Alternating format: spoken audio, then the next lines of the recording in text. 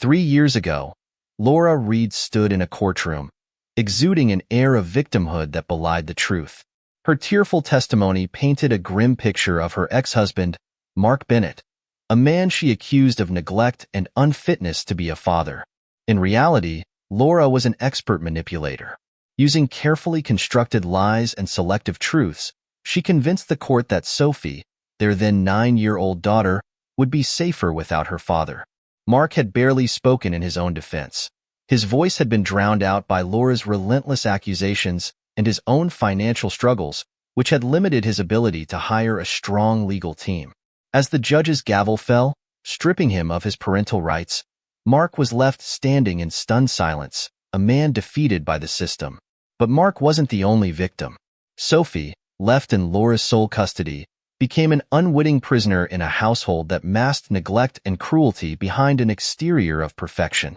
Over time, Mark began to notice the inconsistencies, the missed school reports, Sophie's withdrawn demeanor during their rare and heavily monitored visits.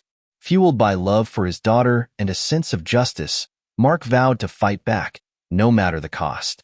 Laura strode confidently into the courthouse, her heels clicking sharply against the polished floor. She wore a tailored navy suit, her hair and makeup meticulously done, projecting an image of control and competence. Beside her, Sophie shuffled along in silence, her oversized hoodie hanging loosely on her thin frame. Sophie's pale complexion and hesitant steps revealed her inner turmoil, but Laura seemed oblivious, too focused on the battle ahead. Richard Lawson, Laura's lawyer, greeted them at the courthouse entrance. He was a seasoned professional, known for his no-holds-barred approach in family court cases. "Laura, remember the plan," he said in a low voice as they walked toward the courtroom. "The focus is on Sophie's health. We keep it about the leukemia. Nothing else." Laura nodded briskly. "Of course," she replied, her tone clipped.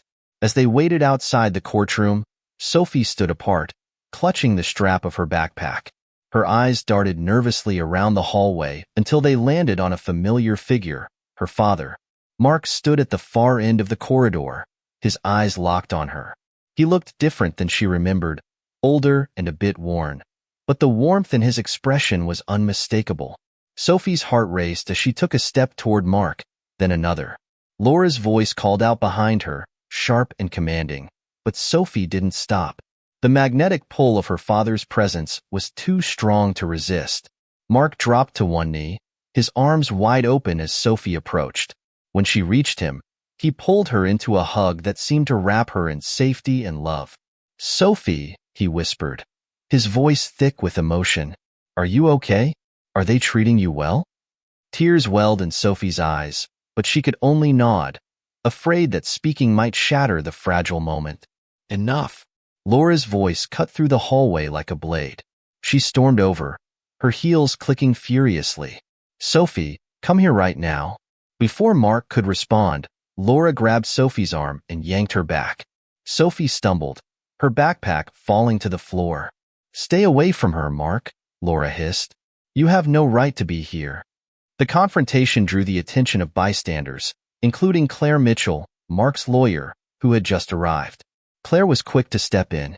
"Mrs. Reed, you need to calm down," she said firmly. "This is a courthouse, not a battleground." Laura shot Claire a glare but said nothing, dragging Sophie away toward their meeting room.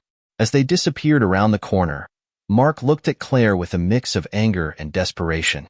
"She's terrified, Claire," he said. "I can see it in her eyes.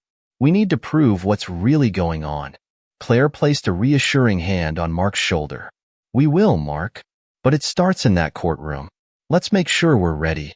As Sophie rejoined Laura in the hallway, her mother's grip on her arm tightened, making her wince. Laura leaned down, her voice low but laced with venom. "What did I tell you about talking to him?" she hissed. Sophie didn't reply, her eyes fixed on the floor, but the tremor in her body was answer enough. "Fix your face," Laura snapped, releasing her grip and smoothing her blazer as if nothing had happened. "We're walking into that courtroom together, and you're going to look like the perfect daughter." They were heading toward the courtroom when Sophie tripped over her own feet, still shaken from the encounter with her father. Laura's frustration boiled over. Pull yourself together, she whispered harshly, giving Sophie a shove that sent her stumbling against the wall. The commotion drew a few glances from passers-by. One of them was Claire Mitchell, who had been reviewing notes with Mark nearby. Claire frowned as she saw Sophie's wide eyes and the way she cradled her arm after hitting the wall. Claire stepped forward. "Mrs. Reed," she said firmly, her voice cutting through the tense moment. "Is there a problem here?" Laura's expression instantly shifted to one of feigned concern. "Oh, not at all," she said with a practiced smile. "Sophie's just clumsy. She trips over her own feet all the time. Don't you, sweetheart?" Sophie opened her mouth to speak, but the words died in her throat under Laura's steely gaze. Instead, she nodded mutely. Claire wasn't convinced. Her sharp lawyer's eye caught the red mark forming on Sophie's arm, the nervous twitch in her hands. "Sophie," Claire said gently, crouching down to her level, "are you okay?" Before Sophie could answer, Laura stepped between them. "We don't have time for this," she said curtly. "The hearing is about to start." Without waiting for a response, she grabbed Sophie's hand and dragged her away. Claire watched them leave, her unease growing. "This isn't just a custody battle," she murmured to herself, turning back to Mark. "There's more going on here, and we need to uncover it." The courtroom was a stark contrast to the chaos of the hallway. It was a place of order, where every movement was deliberate and every word carried weight. Judge Alan Carter presided over the proceedings with a stern, no-nonsense demeanor, his gavel resting prominently before him. "Today, we are here to review the custody arrangement of Sophie Bennett," Judge Carter began, his voice firm. "This case is not about personal grievances, but about the welfare of a child. Let that guide our actions." Mark sat at one table with Claire, his hands clasped tightly as he watched Sophie sit beside Laura at the opposing table. Sophie looked small and out of place, her head bowed and her hands fidgeting in her lap. Claire rose first to give her opening statement. "Your Honor, this case is not just about custody, it's about safety. We intend to show that Sophie has suffered neglect and emotional abuse under her mother's care, despite appearances to the contrary. Sophie deserves a safe, loving environment, and we believe that can only be provided by her father, Mark Bennett." Richard Lawson stood next, buttoning his jacket with a confident smile. "Your Honor, my client, Laura Reed, has been a devoted mother, raising Sophie under incredibly difficult circumstances. Sophie's leukemia has been a constant challenge, and Laura has done everything in her power to ensure Sophie receives the best care possible. Any suggestion otherwise is baseless and inflammatory." As the lawyers presented their arguments, Sophie sat silently, her gaze flicking between the adults around her. Mark caught her eye once, offering her a small, reassuring smile. She wanted to smile back, but didn't dare with Laura sitting so close. Judge Carter leaned forward. "Ms. Mitchell, you may begin presenting your case." Claire wasted no time. Her first move was to present financial records obtained through court orders. "Your Honor," she said, holding up a series of documents, "these records show that the child support payments provided by Mr. Bennett were not used for Sophie's care. Instead, they were spent on luxury items, high-end clothing, and alcohol." Laura's face remained composed, but her grip on the table tightened. "Those records are out of context," Richard interjected. "My client is entitled to use her funds as she sees fit." "And yet," Claire countered, "while thousands of dollars went to personal indulgences, Sophie missed multiple medical appointments and has frequently arrived at school without adequate meals or proper clothing. Witnesses will testify to this neglect." One by one, Claire called her witnesses. Sophie's school counselor described the child's withdrawn behavior and noticeable weight loss over the past year. A private investigator provided photos of Laura shopping at high-end stores while Sophie sat in the car, visibly ill and unattended. The most damning testimony came from Sophie's pediatric oncologist, who confirmed that several critical treatments had been delayed or canceled entirely. These delays could have significantly impacted Sophie's recovery, the doctor said gravely. Mark watched Laura's facade begin to crack under the weight of the evidence. She shifted uncomfortably, her polished demeanor giving way to flashes of irritation and fear. By the time Claire rested her case for the day, the courtroom was buzzing with tension. Mark felt a flicker of hope for the first time in years. Sophie's truth was finally coming to light. The courtroom was silent as Claire Mitchell called her final and most crucial witness, Sophie Bennett. Laura stiffened in her chair, her eyes narrowing as Sophie hesitated, looking toward her father. Mark gave her a small, encouraging nod, and Sophie took a deep breath before walking toward the witness stand. Judge Alan Carter's voice was calm but firm as he addressed her. "Sophie, I want you to know that you are safe here. Just tell the truth, in your own words. Take your time." Sophie looked at the judge, her pale face framed by the loose strands of hair that had escaped her wig. She removed the wig slowly, revealing the toll chemotherapy had taken on her once thick hair. A murmur rippled through the courtroom, but Judge Carter silenced it with a single rap of his gavel. "Tell us about your life with your mother," Claire began gently, her tone devoid of the sharpness she used when questioning the other witnesses. Sophie swallowed hard, her hands gripping the edge of the stand. "At first, it wasn't so bad," she began in a quiet voice. "But things changed after the court said I couldn't see my dad anymore. Mom got angry. A lot." "What do you mean by angry?" Claire asked, taking a step closer to Sophie. Sophie's voice trembled as she replied, "She would yell at me. Sometimes, she'd lock me in my room without food if I didn't do what she wanted. She said I was being ungrateful, that I didn't deserve anything." The courtroom fell deathly silent. Even Richard Lawson seemed momentarily taken aback by Sophie's words. Claire nodded, her expression encouraging. "Can you tell us about your health? Did your mother make sure you got the care you needed?" Sophie's gaze dropped to her lap. "Not always," she admitted. "Sometimes, she'd forget to take me to the doctor, even when I told her I didn't feel good. And when I got too tired or sick to go to school, she said I was just being lazy." Tears streamed down Mark's face as he listened to his daughter recount the horrors of her life under Laura's care. Laura, on the other hand, was visibly seething, her carefully constructed facade crumbling with every word Sophie spoke. "Do you want to tell the court anything else, Sophie?" Claire asked, her voice soft. Sophie hesitated, then looked directly at the judge. "I just want to live with my dad," she said, her voice breaking. "He never made me feel like I wasn't enough. I know he'll take care of me." As Sophie's words echoed in the silent courtroom, Laura's composure finally shattered. She shot to her feet, her face red with fury. "This is ridiculous," she shouted, pointing a trembling finger at Sophie. "She's lying. You're all lying. This is a setup." Judge Carter banged his gavel sharply. "Mrs. Reed, sit down immediately, or I will have you removed from this courtroom." But Laura was beyond reason. "I've done everything for her. Everything," she screamed. "Do you think she spat, pointing at Mark, could handle raising a sick child? He doesn't have the first idea what it takes." Richard Lawson rose, trying to calm his client. "Laura, please, you're not helping your case. Don't you tell me what to do." Laura snapped, rounding on her own lawyer. "None of you understand what I've been through. I'm the victim here." Security officers moved toward her, but Judge Carter raised a hand, silencing them. He fixed Laura with a stern gaze. "Mrs. Reed, you will not disrupt these proceedings any further. If you continue, I will hold you in contempt of court." Laura froze, her chest heaving. Slowly, she sank back into her chair, though her glare remained fixed on Sophie. The damage, however, had already been done. The courtroom was tense as everyone waited for Judge Carter's decision. Days of testimony, evidence, and emotions had culminated in this moment. Sophie sat next to Claire, clutching a tissue in her trembling hands.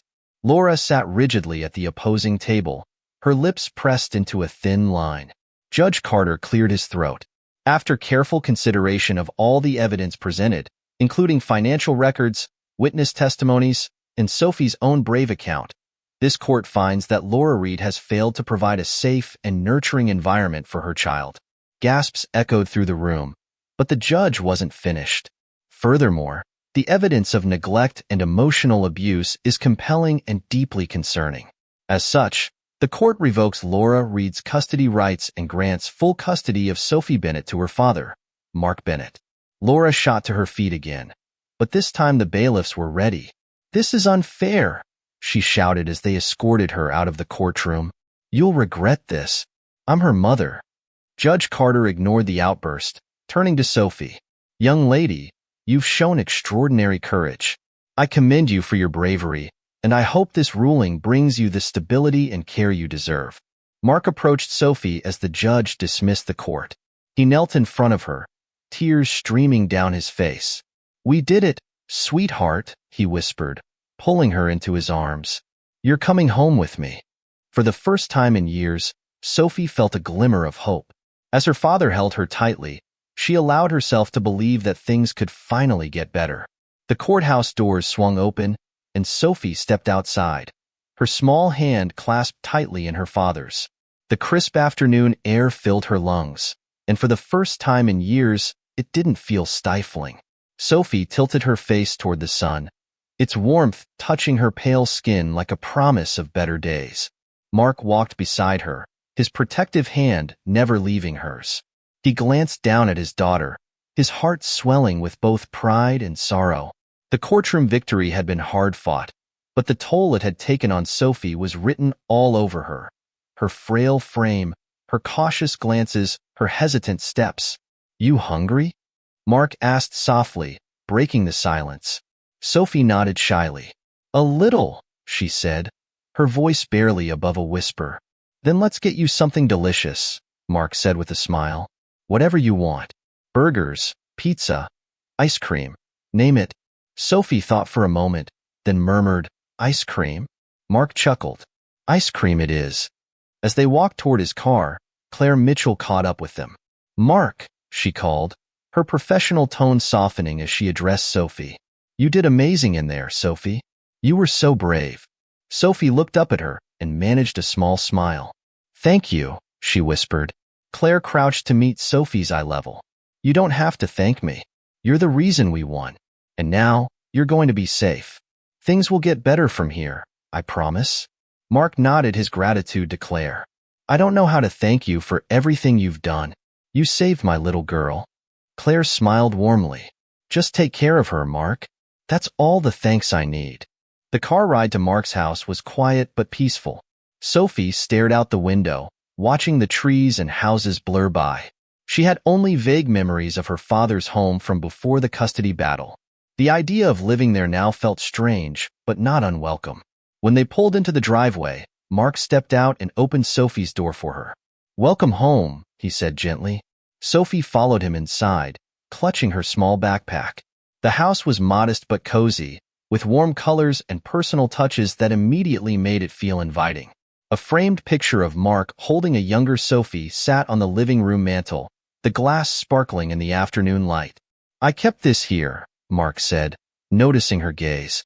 "I looked at it every day and reminded myself that I'd never stop fighting for you." Sophie swallowed hard, emotion welling in her chest. She didn't know what to say, so she just nodded. Mark led her to a bedroom. The walls were painted a soft lavender, and the bed was covered with a fluffy white comforter. A few stuffed animals sat neatly on the shelves, and fairy lights twinkled around the window. "I wasn't sure what you'd like now," Mark admitted, scratching the back of his neck, "but I thought this might feel safe." Sophie stepped into the room, her eyes wide. She ran her fingers over the bedspread, the stuffed animals, and the lights. "It's perfect," she whispered, a tiny smile playing at her lips. Mark crouched down to her level. "Sophie, this is your space now. Whatever you need, you just tell me, okay? We'll figure it out together." For the first time in what felt like forever, Sophie felt a sense of safety. She nodded again, this time with more certainty. The days that followed were a mix of adjustment and healing. Sophie started therapy with a warm, understanding counselor named Dr. Emily Hayes. Their sessions were slow-going at first, but Sophie gradually began to open up about the trauma she'd endured under Laura's care. "You've been so strong, Sophie," Dr. Hayes said during one session, "but you don't have to carry everything alone anymore. Your dad is here for you now, and so am I." Mark, meanwhile, worked tirelessly to create a routine that revolved around Sophie's needs. He took her to her medical appointments, consulted specialists about her leukemia treatment, and made sure she had everything she needed to regain her strength. One evening, as they sat together on the couch watching a movie, Sophie leaned her head against Mark's shoulder. "Dad," she said softly. "Yeah, sweetheart? Are you happy I'm here?" Mark turned to her, his eyes brimming with emotion. "Sophie, having you here is the happiest I've been in years. I missed you so much. And now that you're home, I'm not letting go." Sophie's lips quivered, and tears filled her eyes. But this time, they weren't tears of fear or sadness. They were tears of relief. She nestled closer to her father, letting herself feel the love and safety she had longed for. As the days turned into weeks, Sophie began to smile more. She laughed at Mark's silly jokes, helped him cook dinner, and even started drawing again, something she hadn't done in years. Though the road ahead was still uncertain, Sophie and Mark faced it together. Each small victory, a good doctor's visit, a new friend at school, a shared moment of laughter, was a step toward healing. For the first time in a long time, Sophie felt hopeful. She was no longer trapped in a cycle of fear and neglect. She was free, and with her father by her side, she knew they could face whatever came next. The seasons changed, and with them came transformation. Sophie stood in the backyard of her father's home, the cool breeze brushing against her face as she watched the wind dance through the trees. The once barren branches were now alive with vibrant leaves, a symbol of renewal and hope. In the months since leaving her mother's custody, Sophie had begun to rediscover herself. Therapy helped her confront the pain of her past, and her father's unwavering support became the anchor she so desperately needed. Her laughter, once a distant memory, now echoed through the house, filling it with warmth and life. Mark, too, had changed. The battle to bring Sophie home had left its scars, but it also gave him a profound sense of purpose. Every moment spent with Sophie was a reminder of what truly mattered: love, resilience, and the bond they shared. As they stood together under the fading light of the evening sky, Sophie turned to Mark. "Do you think things will ever feel normal again?" she asked, her voice carrying both curiosity and hope. Mark knelt down, looking into her eyes. "I don't know what normal is, Sophie," he admitted with a gentle smile. "But I do know that whatever it is, we'll figure it out together, one day at a time." Sophie nodded, her heart lighter than it had been in years. She reached out, taking her father's hand in hers. For the first time, the future didn't feel so scary. The journey ahead would still have its challenges, appointments, treatments, and moments of doubt. But Sophie was no longer alone. With her father by her side, she knew she could face whatever came her way. As the sun dipped below the horizon, painting the sky in hues of orange and pink, Sophie and Mark walked back into the house, their hearts full of gratitude and hope. Because sometimes the most extraordinary thing isn't finding perfection, it's finding a second chance. And together, they were ready to embrace it. Thank you so much for staying with us and hearing Sophie and Mark's heartfelt story. It's a tale of resilience, hope, and the power of love overcoming even the darkest times. Your support means the world to us, and we're so grateful that you took the time to be part of this journey. If this story touched your heart, please don't forget to like the video and subscribe to our channel for more inspiring content. Your likes, comments, and shares help us reach more people and continue sharing meaningful stories like this one. We'd also love to hear your thoughts. What part of Sophie's journey resonated with you the most? Leave a comment below. We read every single one. And remember, every share can help someone who might need a little hope today. So hit that share button and spread the message of courage and second chances. Thank you once again for watching, and we'll see you in the next story.